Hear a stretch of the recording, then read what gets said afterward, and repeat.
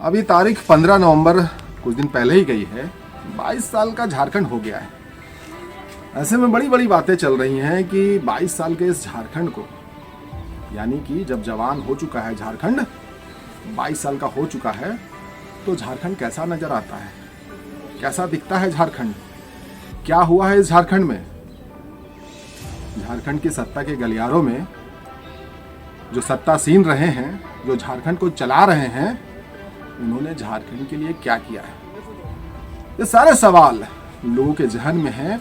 लोग भी जानना चाहते हैं कि भैया जो आप जो सत्ता चला रहे हैं, जो चुनाव में वायदे कर रहे हैं, और जो आप कह सकते हैं कटु सत्य है, जो सत्ता की मलाई चाट रहे हैं, आखिर जनता को क्या मिला, झारखंड के लोगों को क्या मिला।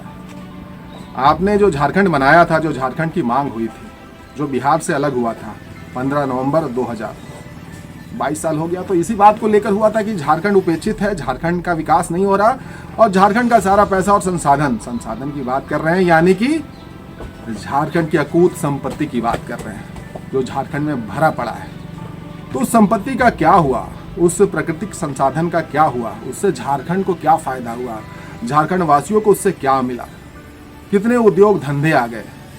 कोयला कहते हैं कि प्रचुर मात्रा में है, प्रतिशत अगर बात करें तो शायद हो सकता है कि आंकड़े में मैं इधर उधर हो जाऊं, 60% कोयले का उत्पादन पूरे भारत में सिर्फ झारखंड करता है। तो ऐसे में झारखंड को क्या मिला, सिर्फ कालिख मिला क्या? लोग सफ़ेद होते गए और झारखंड वासी उस कोयले की कालिख से काले होते गए, यही कुछ हुआ है शायद। क्योंकि जो मारा मारी चलती है झारखंड में रोजगार को लेकर, कामकाज को लेकर, उद्योग धंधे लगाने को लेकर, क्या मिला है झारखंड को? सत्ता की मलाई चाटने वाले जो भी इस झारखंड को चलाते हैं, सवाल आपको भी अपने आप से पूछना चाहिए कि आपने इस झारखंड को क्या दिया।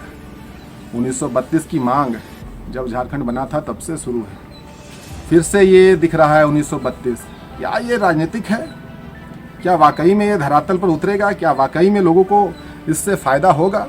ये बड़ा सवाल जो है ना, बहुत अपने आप में बड़ा है।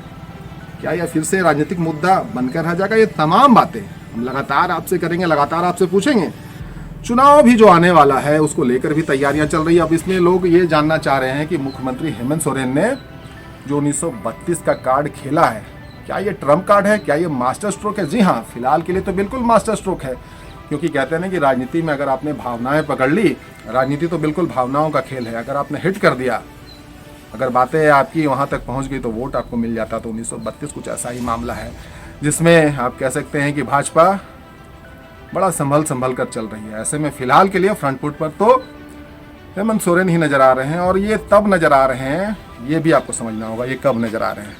हेमंत सोरेन वही हैं जो विधानसभा में कहते हैं कि ये जो मामला है 1932 का जो मुद्दा है, 1932 आधारित स्थानीय नीति, इसको लेकर उन्होंने एक बयान दिया था। शायद आपको याद ना हो तो आपको याद दिला दें। उन्होंने कहा था कि ये कानूनी पचड़े में पड़ जाएगा तो 1932 नहीं आ सकती। खतियान आधारित नियोजन नीति बनाओ। आप बताओ, अगर आप कानून के जानकार हो, खतियान के आधार पर कभी भी नियोजन नीति नहीं बन सकता।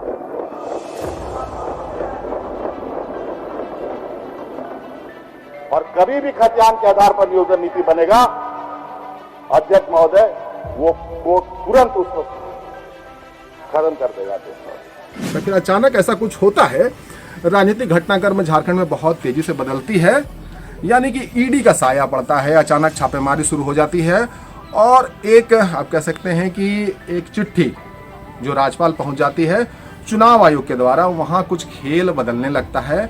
कुछ मामला जो है सत्ता के गलियारों में हरकतें जो है वो तेज हो जाती हैं।